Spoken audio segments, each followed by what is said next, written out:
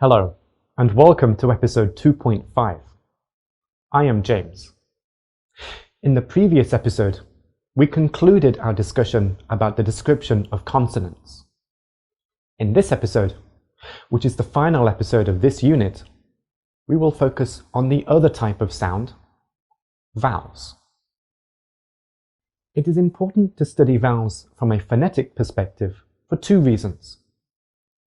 Firstly, I said earlier that standard British English has 20 vowels.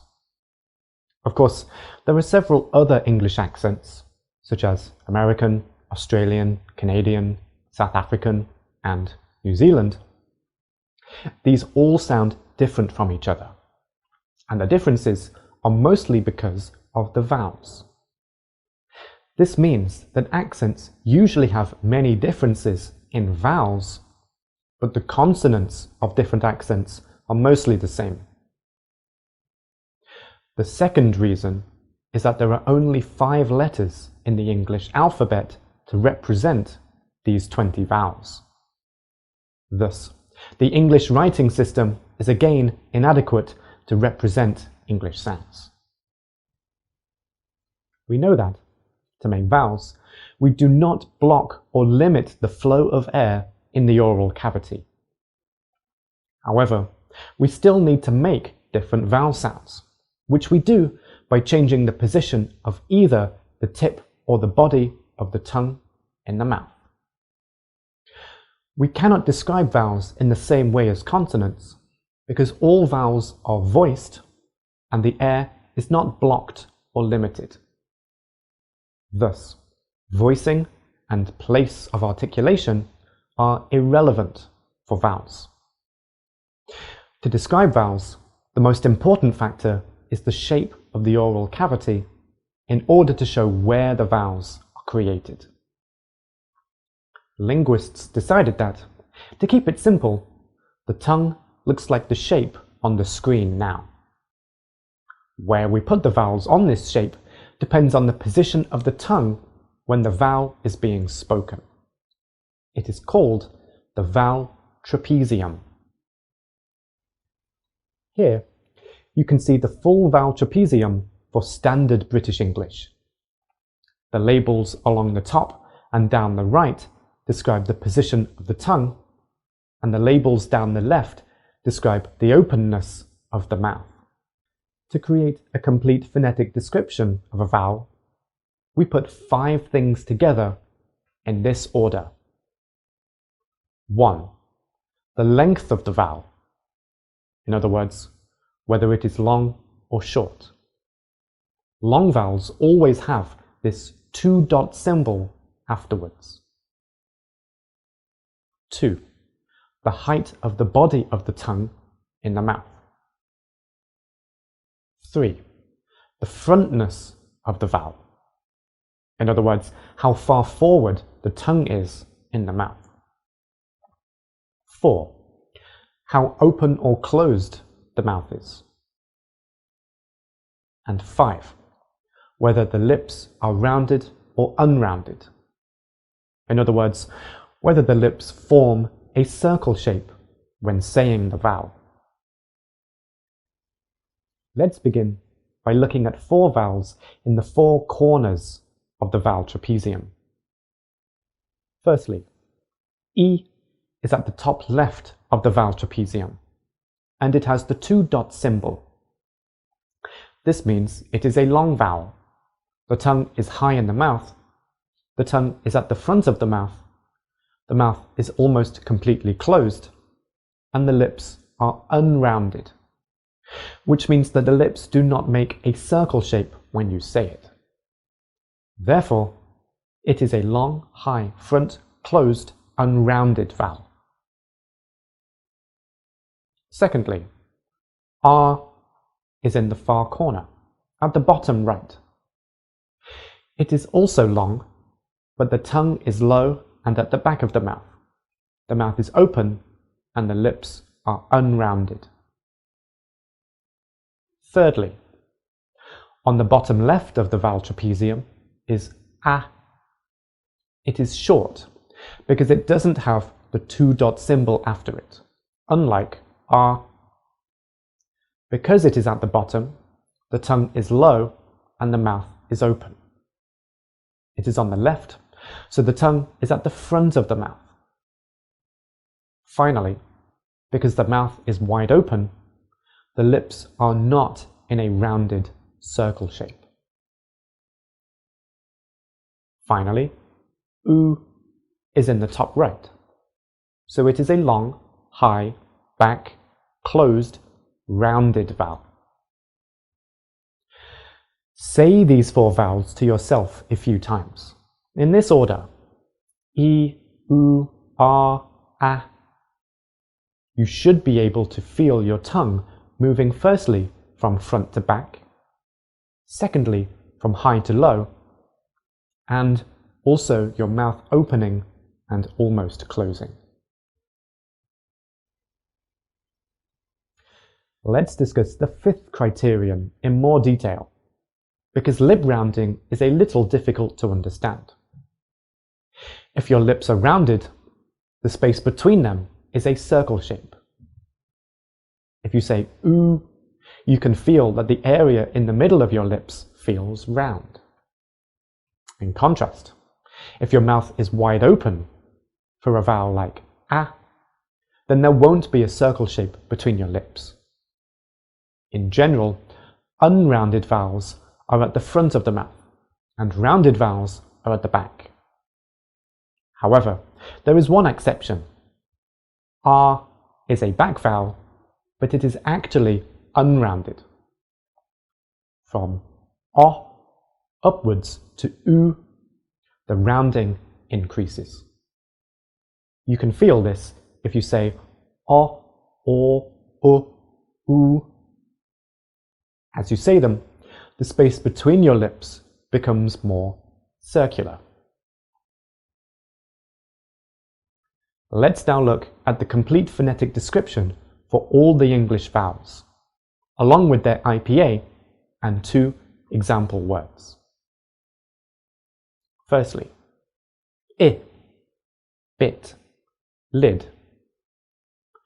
It is a short, high, front, closed, unrounded vowel. Bet, dress. It is a short, low mid, front, half open, unrounded vowel. And it is sometimes transcribed with the symbol you can see on the screen. Bat, trap. It is short, low, front, open, unrounded. In some books, it is transcribed with another symbol, but that symbol is actually the American English vowel in bat. O, body, hop. It is short, low, back, open, rounded. And it is sometimes transcribed with that symbol.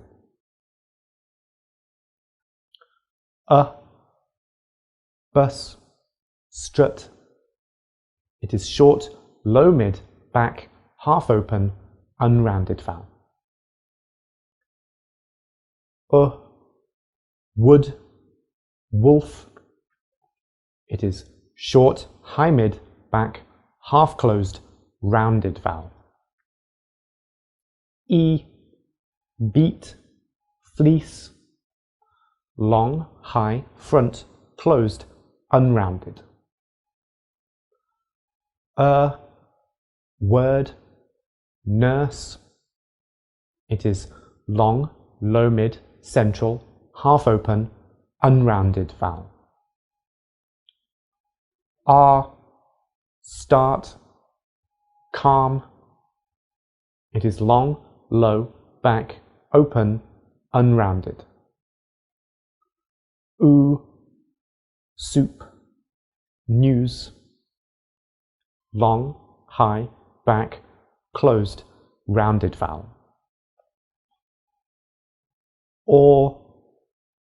Board, sword. Long, low mid, back, half open, rounded vowel. And finally, the vowel in winner, comma. This is called the schwa. I will tell you more information soon. Oi, void, boy, and it is sometimes transcribed differently. I, ride, sky. Again, it is sometimes transcribed with this symbol. A, wait, play. Again, it is sometimes transcribed with another symbol. Tour, cure, air, square, hair. It is sometimes transcribed slightly differently. Ear, beer, near. Sometimes it is transcribed slightly differently. O, wrote, goat. Ow, mouth, how. I just told you all of the vowels. You can see two distinct groups of vowels.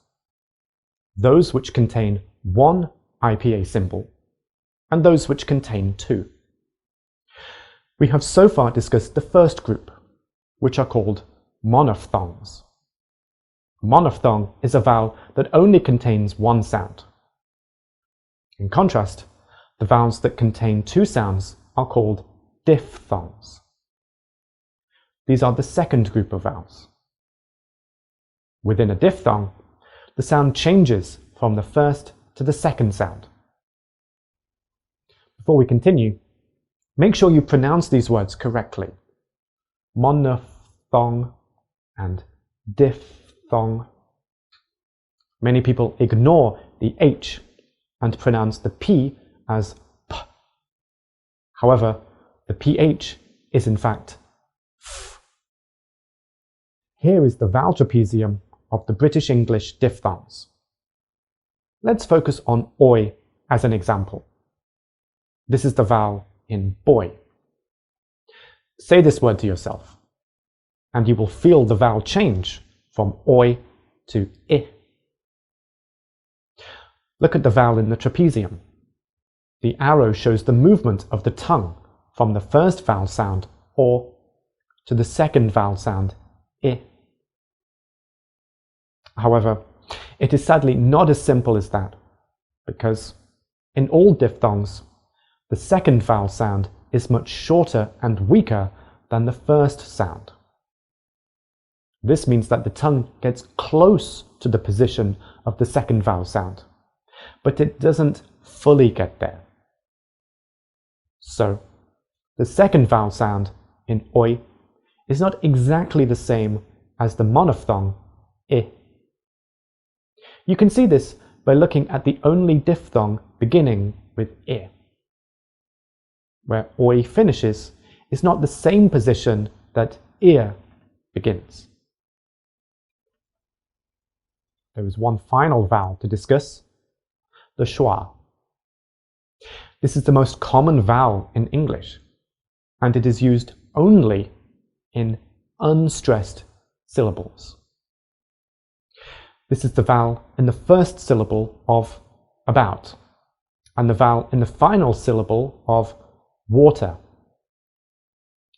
You can see the IPA symbol on the screen now.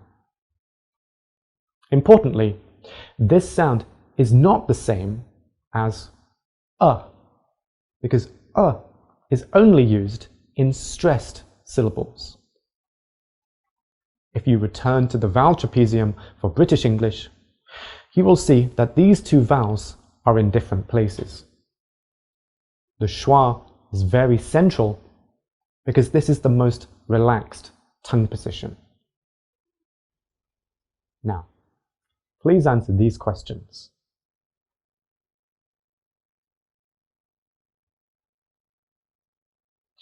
We've now reached the end of this unit, which has explored phonetics, the scientific study of speech sounds. Specifically, we have learned about how to categorize individual sounds in human language. However, when we speak, we do not say individual sounds in isolation. Instead, we say one continuous string of sounds. And when we do this, they combine together in interesting ways. Therefore, if we want to fully understand the role of sounds in human language, then we need to understand the patterns that are created by combinations of sounds, as well as how these combinations are organized in the mind. This is studied in the field of phonology, which is the focus of the next unit of this MOOC. Before we finish, here is a task for you.